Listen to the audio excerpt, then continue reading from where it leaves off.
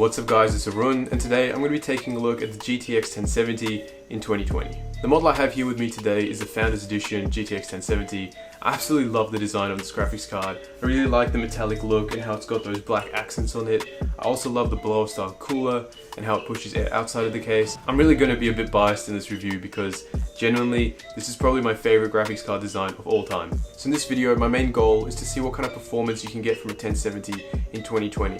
The 1070 was a mid to high tier graphics card a few years ago, and in modern days I would say it competes with the low to mid tier graphics cards for a much cheaper price. So I want to see what kind of performance increase you could get if you chose to go used for a 1070 compared to getting a new RTX 2060 or something. And the Founders Edition 1070 that I have with me today is a lot heavier than a lot of the other graphics cards I've actually tested in the past.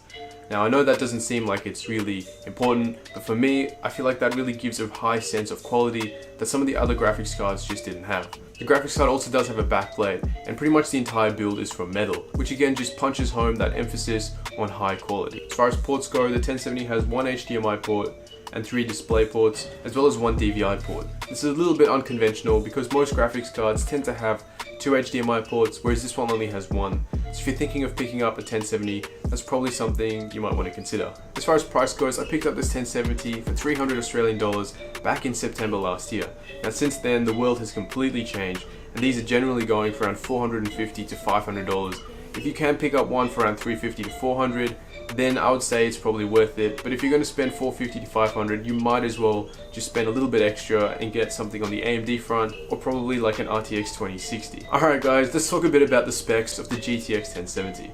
It's got 1920 CUDA cores, it's got a base clock speed of 1506 and a boost clock speed of 1683. It's got a memory speed of 8GB per second, and it comes stock with 8GB of GDDR5 memory. This graphics card is also SLI ready and VR ready if that's what you're interested in. It's compatible with Vulkan and OpenGL 4.5 and has a bus support of PCIe 3. As far as operating systems go, you're going to be looking at having either Windows 7, 8 or 10, as well as Linux if that's what you're interested in.